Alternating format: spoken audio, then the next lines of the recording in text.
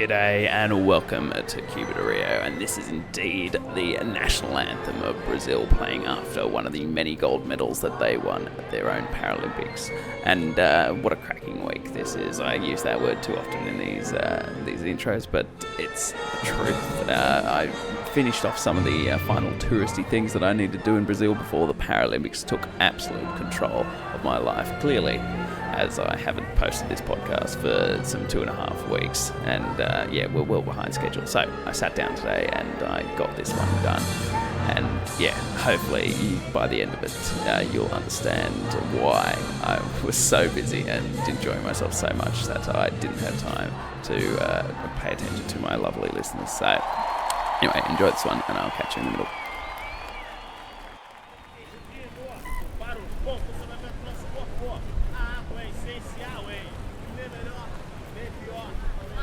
We're at Ipanema. You might know Ipanema as the rival brand to Havaianas thongs. But in terms of being a beach here in Rio, it absolutely crushes Copacabana. Copacabana has nothing compared to this one. This one, at its southern end, has the most spectacular granite mountain sort of poking out, with a favela clinging to its left flank. It's gorgeous, and on a Sunday, the whole place comes alive. There is bikes going past me, there's roller skaters, there's blokes selling ice. The trick on the Brazilian beach is you don't take an esky down to the beach, you buy a bag of ice and you just fill it full of beers and let the ice melt over the course of the day on the beach. It's great. But another thing on the beach, there's the Wi-Fi vendors like there were on Copacabana, and a thing I didn't mention about Copacabana is they've got these pumps that bring in water up from a source. People in Rio do not pay for water. It's amazing. So you can have as long a shower as you like, and these pumps are just diesel generators, just pumping water into public showers that are running from dawn till dusk here on the beach. It's a really nice vibe. It's a great beach, and absolutely the most spectacular day I've been in Rio. Blue skies. I should really be up at Christ the Redeemer today. It would be an absolute smashing day for that sort of thing. But instead, I'm going to lunch with a potential couch surfing host. So let's see how that goes. Well, my lunch date with a couch surf host went very well indeed. I've decided I'm going to move to a hostel in Ipanema next week just because I want to be close to that beach. It's an absolutely fabulous place. And the suburb around that southern end of Ipanema, it's a very wealthy area, but it just feels amazing to be there. There's trees in the street, there's fantastic bakeries everywhere. We went to a vegan buffet restaurant, Bruno and I, and it was pretty delicious. And we also did some of the strangest activities I think I've done the whole trip. I've never been to a horse racing place, and we went to Rio's only horse racing track and saw them all charging past. And if you listen carefully,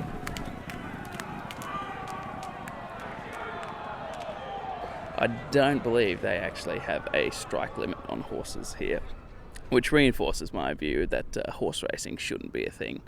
Really, it's a bit unnecessary. But in addition to that, I just had a caipirinha last night. They're super cheap here. They're about $2. These are these famous Brazilian cocktails, which are lime, piranha, I believe it is the alcohol that goes in it, and a ton of sugar. Like they're using huge spoons and just ladling it in. But today, I thought I'd head up Sugarloaf Mountain, which is that famous landmark that marks the opening of Guanabara Bay, which is the harbour that Rio is situated around. It's one of the largest natural harbours in the world. And Pau de Açúcar, as it's called, sits right at the end of it, and that's the famous mountains that you see when you're up at Christ there. We haven't quite got to him, but they managed to get some cable cars up here, and so you can ride a cable car up for 38 reals if you're a student. And the way they got it up here, because they opened it in 1912, it's bloody old. The way they got it up here was they climbed up these huge monolithic boulders, which which are the two parts of Pau de Açúcar. Both the one behind me, which would probably be about 900 or maybe 700 to 900 metres high. It's covered in sea mist at the moment, so I'm not too tempted to go up there. But from where I am on the first sort of step of Pau de Açúcar, you get a spectacular view of Rio, which on Monday morning is covered in its own smog. But you can see the centre all the way over there in the distance, about 5 metro stops away, and then you got Christ, who also is shrouded in mist at the moment, and there's the scars of favelas creeping up various hills here. It's absolutely an impressive view, and amazingly there's one of Rio's 3 airports is aimed right at this hill, and so the airliners all have to bank really hard to avoid us as soon as they take off, which is quite an interesting sound on its own. And another reason to come up here is it's quite an accessible part of Rio's rainforest. Rio de Janeiro has this amazing mountain range sort of right in the middle of it, which divides the bulk of the city from where all the rich people live. And it's a national park, and you get to experience some of the rainforest up here on the first step of Pau de Açúcar. And there's little marmoset monkeys jumping in the trees below me. I hope they come a little closer. There's don't feed the marmoset signs everywhere, so maybe we can convince one of them to speak for the podcast, or maybe not. We're some 60 kilometres outside of Rio de Janeiro in quite an interesting little place. We're in a city called Petropolis, and it's this lovely little town all nestled amongst these rather narrow valleys with covered in rainforest. And it was this rainforest that caught the attention of Pedro I, because during the Napoleonic Wars, the Portuguese imperial family got cold feet and decided to move the empire to Brazil.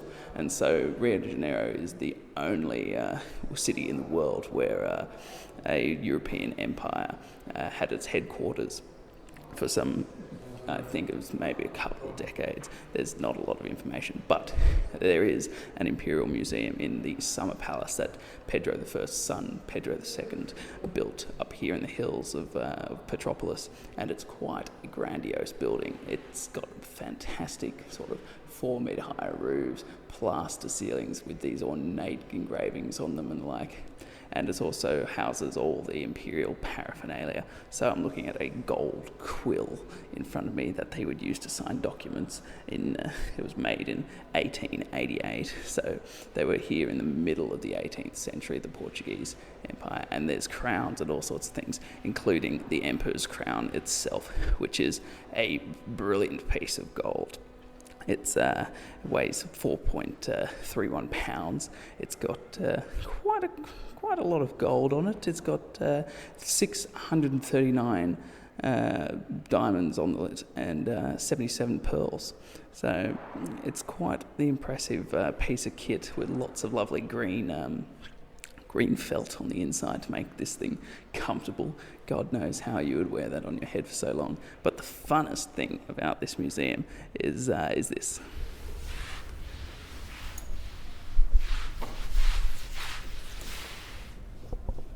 They're so protective of this museum that they won't let you take photos. I can take recordings here because sound doesn't fall in their policy, but they're so protective of their building. They give everyone slippers to wear on top of their shoes, and so you can just slide around the corridors here, polishing their marble and their lovely wooden floors, just having the best time. So this is the Imperial Palace, and Petropolis has a lot more to offer than just this, but a fantastic day trip outside of Rio, that's for sure.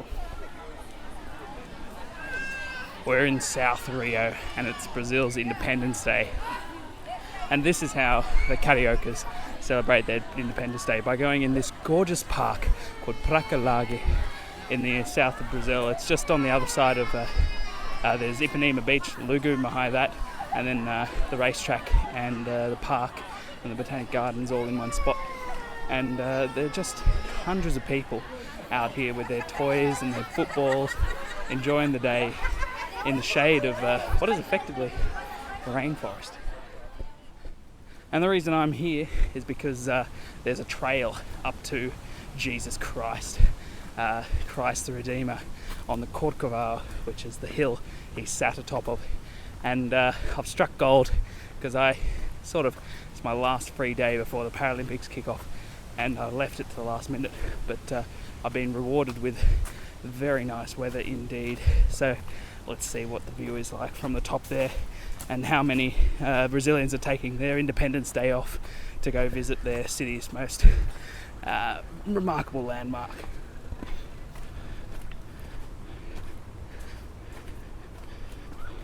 And I must say, it's an amazing trail going past waterfalls and through pretty dense rainforest, but with the noises of the city, which is some 200 metres below me, just rocketing away like sirens and whatnot.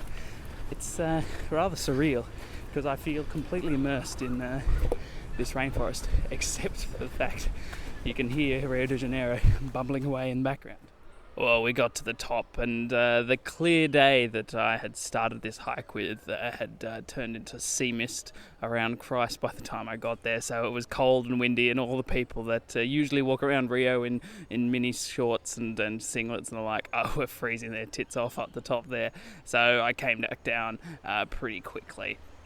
But I came back through that fantastic rainforest that sort of capes the slopes of that Corcovado hill. I got back down to the park here, where another modern quirk of Brazil, there were several packs of teenagers and preteen kids just wandering around with screens playing Pokemon Go in the park. And I must say, I've had a go of this game over the last couple of days, and it is cracking fun. But the pack nature of the Pokemon Goers in this park I have never seen before. So interesting developments. We could and there's so many groups of people all just sitting around. You can hear them in the background now, just flicking Pokeballs into the distance. It's bizarre.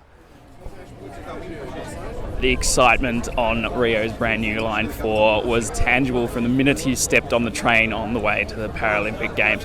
I joined in on the day's first day of competition today, and what a day it was. I have enjoyed nearly 9 hours of continuous sport here, and it's been brilliant, mainly because about a week ago they had only sold 12% of all the tickets to the Paralympic Games, and in response to that they slashed the prices, so you can now get a ticket for as little as 10 reais, which is about $2.50, and that has meant that the Cariocas, the people of Rio, have absolutely poured into the games today. It was shockers, and they are a fabulous crowd.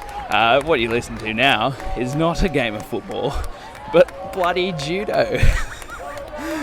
They're a football crowd watching judo, not knowing what's going on, and heckling the other team. It was absolutely great. They had no idea how to behave themselves.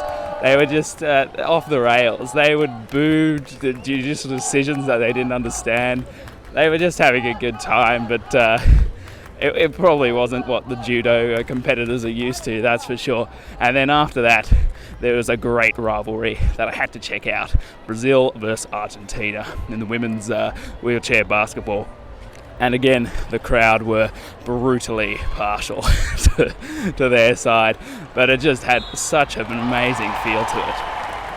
And then from there, I finally made my way back to my sort of home sport of swimming.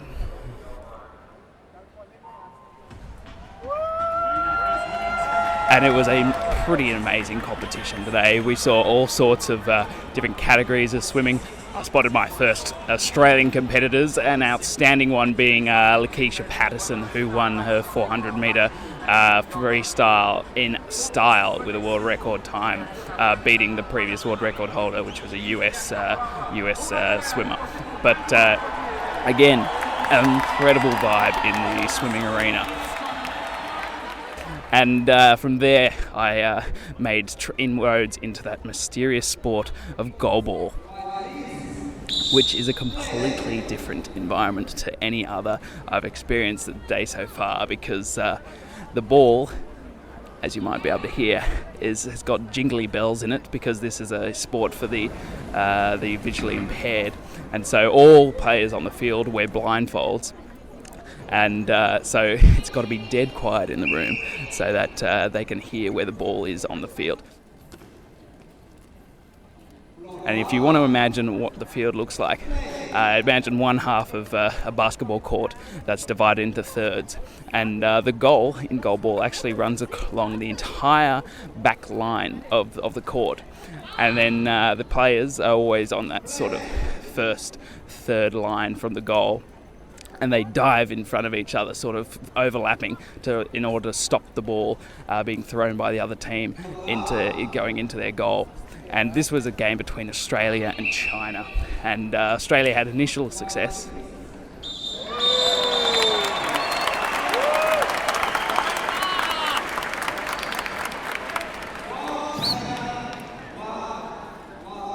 But the other line on that field, if you step over it when you're throwing the ball, then you give a penalty shot to the other team. And what happens is two of your three players on the field have to step off, and the other team get a shot against one keeper only. And Australia lost two of those penalty shots, as well as China scoring another few. So it ended up being China 5-2.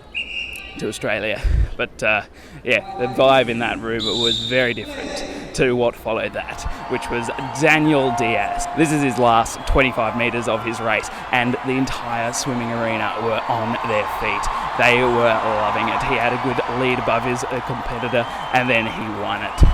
And what a win it was. It was spectacular, the noise. I had to turn down my mic continually throughout this whole thing. They were just in an absolute uproar over this fantastic swimmer. It was a fantastic day. I've run out of superlatives. I really have just had one of the best days of this trip, exploring the Paralympics.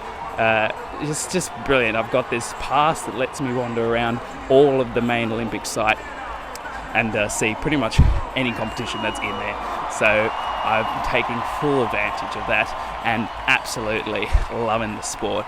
It's going to be great, and tomorrow we got to get up early and start work, so we'll see how that changes our perspective on the games. So this is a work day, day 2, and I was up pretty early, 5:40 to jump on the metro and then jump on the rapid bus service to get to the Olympic Park by 7:30 in the morning. And I enjoy this part of my day because I get to get up early and then I get to sit on the train with a bunch of volunteers listening to my podcast. And that's when I get to catch up. It's great. But in terms of work today, it wasn't the focus of the day. Not because of my fault, because there just wasn't that much work. We had a team cancel. Algeria didn't show up, and so that meant I had a whopping great big 3-hour break in the middle of my 5-hour shift, and I used that to go see some of the fabulous competition that is around. And what kicked off today was the five-a-side football, which is again another test of the Brazilian crowd's capacity to stay silent while watching one of their favourite games. But the trick with the five-a-side football here at the Paralympic Games is that the 4 players are blind. The only person without a blindfold on their eyes is the keeper. And so that means the ball's got a rattle in it like this. And that's fantastic. And these players are incredible. They charge around the arena. It's got barricades on the sidelines so that the ball bounces off it. And they're very effective in using that to pass the ball around the field. And they are incredible at getting the ball from player to player and moving across the field. The Brazilians in particular had this fantastic dribbling technique where they pretty much kept their feet in contact with the ball the entire time and make sure it didn't go anywhere. And it was my favourite sport of the day. I must have watched about 2 matches of it, and the crowd's ability to keep themselves quiet when there was a bit of action.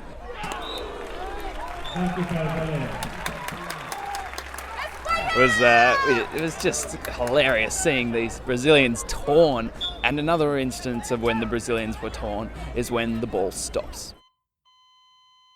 Because when the ball stops, there's no longer rattle. And the whole spell is broken, and suddenly you're not watching football anymore. You're watching blind people try and find a ball in the middle of a soccer field, and the crowd could barely contain themselves, but they managed to. And as soon as the referee taps the ball with his foot a couple of times, get it jiggling, then they're off again. And it's back up to the pace, and these athletes are again showing the incredible skills that they have with this ball. And apart from that, I checked out the wheelchair basketball today, and this is where I found my people. The first large block of Australian supporters of the games for me, and I sat near them. They're all family of the players pretty much, so they've all got team names with the family title on their back shoulders. And I must say, they had their own chance, but when it came to some Australian classics, they weren't quite with me. Aussie, Aussie, Aussie! Aussie, Aussie, Aussie! Aussie, Aussie, Aussie! Aussie! Aussie! Aussie, Aussie, Aussie! That's it! Yeah! Despite my best efforts. And from there, I did go back to work to have lunch and reunite with some friends I've made today. There's some fantastic volunteers here, and it's really pushing my Portuguese, but there's some English-speaking ones around there too. I've just spent the whole day chatting and meeting new people. It's been my ideal version of a day, essentially, and it all ended with me sitting next to the Australian swimming team at the swimming arena watching the swimming, which... what a way to end the day. And the Australian swimming team, despite not harking back to those classic Australian chants of yesteryear, have their own little thing they do, which I quite enjoy. And yeah, that's it. Aside from that, Mum was texting me and going, it's got to be rowdy next to the Australian team. And I was like, not really. There's kick-ass Wi-Fi and they've all got phones. So between the times when they have to cheer for their mates, they're all just texting fam or texting other athletes or organising their parties for the weekend. Yeah, it's a pretty quiet bunch. But the swimming was again incredible. And another fantastic way to end day 2 at the Paralympics.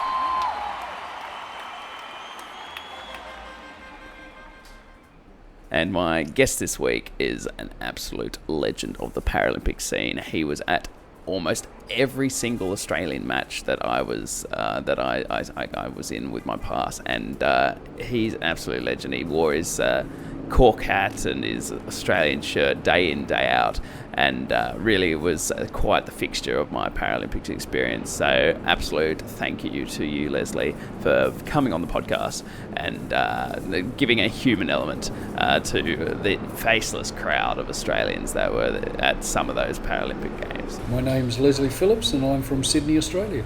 And what are you doing in Rio, Leslie? I specifically came to Rio to attend as a spectator the Paralympic Games.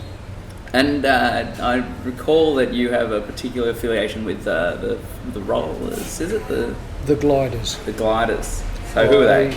The gliders are the Australian women's Paralympic team. And I support women's wheelchair basketball in Australia. I go to the games. And from that, I got to meet the Paralympians, and I went to Japan for the qualifying matches. Unfortunately, the gliders didn't qualify. They were beaten by China. Oh, no. So did you already have your tickets to Rio by that stage? I had already bought my tickets for the grand finals, semi-finals and quarterfinals for the gliders games. Yeah. Oh, man. So what did you end up watching instead? I went to a number of other events. I went to the wheelchair tennis, table tennis and sailing. Yeah. And what's your how did you enjoy the Paralympic Games as a spectator? The Paralympic Games were fantastic. The athletes were absolutely amazing, displaying their abilities and skills. It was just wonderful, overwhelming. And what did you think of the crowds there? Because it seemed to get bigger every day that we were there. The crowds were very passionate. The Brazilians love their sport and they really enjoy cheering for someone. Brazil, obviously, if they're there playing, but if not, they would pick a side and they would cheer for that. And did you ever see a case where that sort of was in direct conflict with the actual sport? For example, in the visually impaired events, they love cheering when you can't. Yeah, no, they were quite noisy in the goalball, I must admit, but it wasn't through cheering, it was more from just talking and noisy children. I think they hadn't learned that they have to be quiet during the play. Yeah, it was amazing. And how did you find the Olympic Park? Was it easy to get to for you? It was complicated, time consuming. I had to get 2 different metro trains and then a bus. So, but you can't, it's too expensive to stay near the Olympic parks. Wherever you are, you have to live away from them. So, yeah, that was fun. All right, so you would have got to see plenty of Rio in all those travelling hours. I got to see many of the landscapes and places, and it was wonderful. Yeah. And what's your sense of the city as a whole? Are you enjoying it? I thoroughly enjoyed Rio.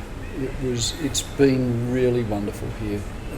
The people are welcoming, friendly.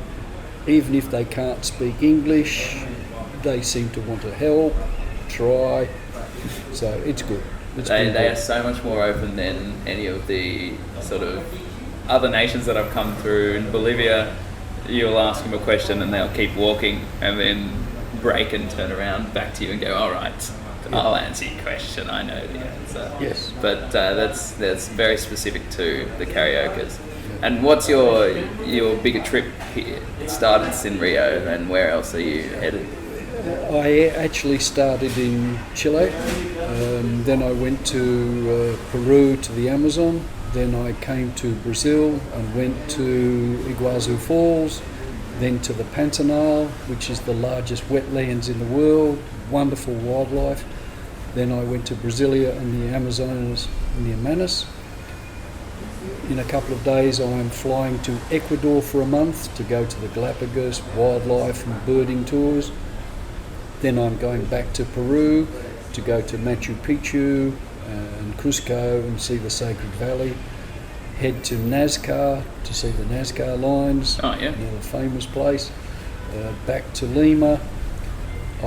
When I get back to Lima, it will be mid-November, and I'll be travelling. I've been travelling for just over 7 months. I think I might need to just relax in Lima. Oh, interesting place to relax, Lima. Yes, probably not the place you would pick, but that's okay. So what's been the standout experience of your trip so far to this point? You've seen some amazing places. Too many places to pick a standout. They've all been amazing. The Atacama Desert was just unique. Going to the Amazon in Iquitos in Peru, the wildlife is fantastic. Then go to the Pantanal, where I managed to, luckily enough, to see 2 jaguars in different places. You stole one of my jaguars. I was going to see a jaguar, and then you saw 2. Yeah, I saw 2, so special, very special. And the birds have been fantastic, the wildlife, but everywhere I've been, the people have been fantastic. And when did you get into birding? Because I noticed that's a theme in your trip.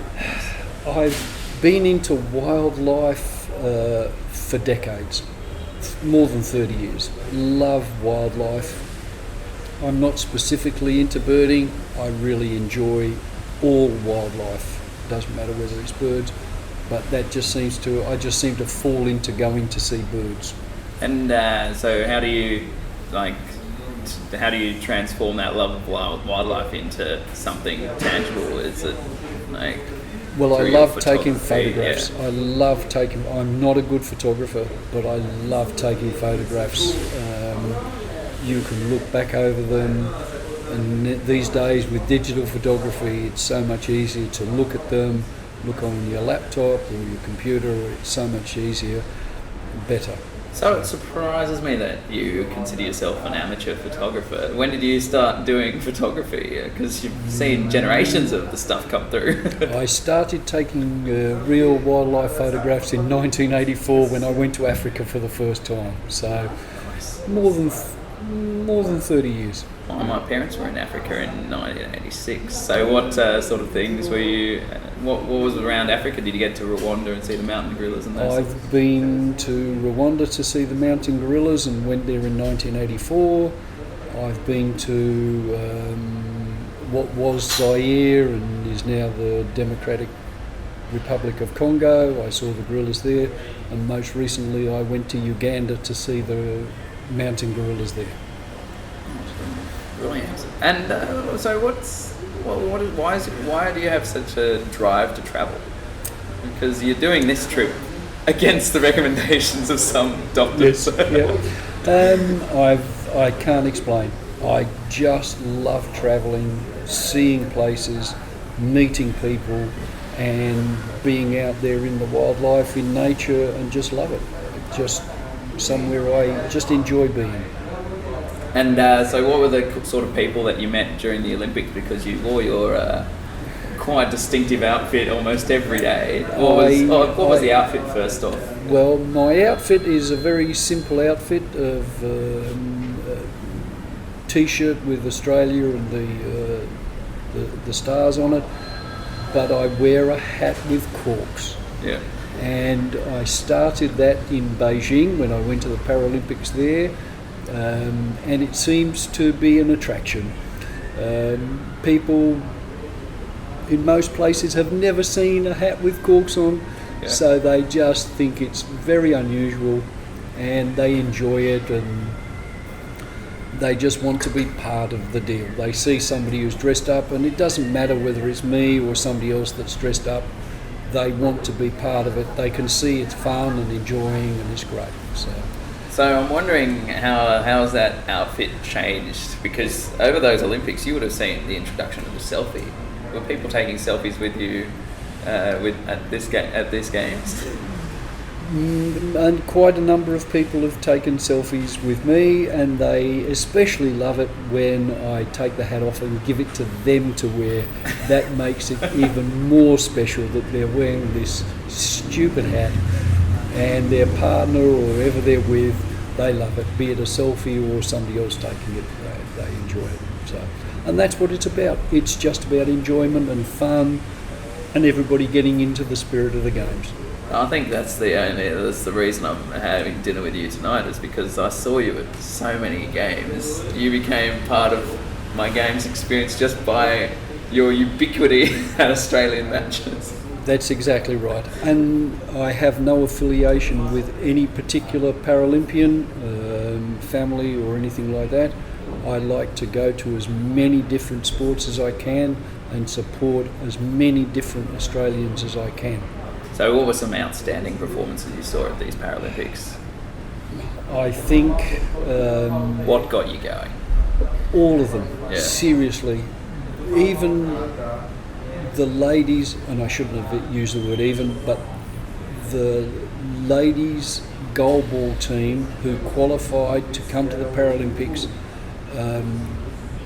because Russia didn't come, so it was a last minute presentation.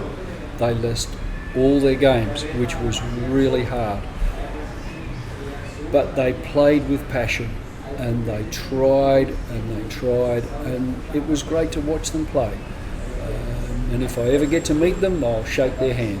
Well, they were behind us at Dylan Alcott's second gold medal, if you were there. Showed up for the anthem. I showed up. I couldn't be in two places at once. I was at one with the basketball. I couldn't make it, but I ran to watch him be presented with the game.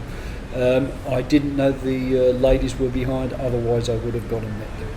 I had a word with them. They were good. Fantastic. Yeah. So, what were the dangerously thrilling matches that we saw? We saw a couple. We saw the gold medal match of the wheelchair rugby. Yeah. That was just a heart-stopping match. Which is not good Just for you. Not good for me. No. I need to be more relaxed and enjoy the games. But it was great to see, and even better to beat the Americans. Wonderful. Yeah. And it was by 1 point. I think the Australians In were the second overtime. in the second overtime, Fantastic. by 1 point in the second overtime.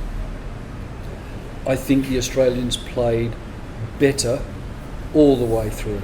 I know the score didn't really show that Yeah. because it kept on going, but I think they were the team that were generally the one playing better and in front, and they won.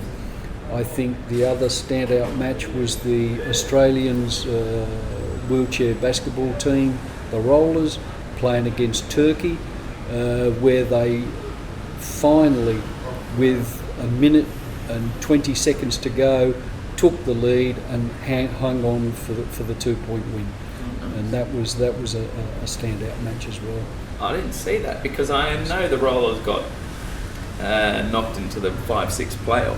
Who Yes. were they against in that game? They played Brazil and lost by 1 point. They were probably So they screamed got down six. by the crowd. They would have been screamed down by the crowd. Absolutely, yes. Yeah. So, Poor Devils. And all right, so what's happening when you head back home? when I get back to Australia, I don't know what I'll be doing. I will just be turning up in early December. I'll do whatever. Christmas I'll with worry the fam, about that. and then Christmas off to your with the next trip. family, and then probably off to the next trip. What's your what places haven't you visited? What's the Oh. next trip going to be? Well, the places I haven't visited, I think I've been to maybe 30, 35 countries in the world. I'm and not my too understanding, far behind you. and I'm on well, that's 25 or pretty 26, good. yeah. And I understand that officially there's about 194 countries. Yeah. So that means I've got about 160 to go. So lots of places to visit.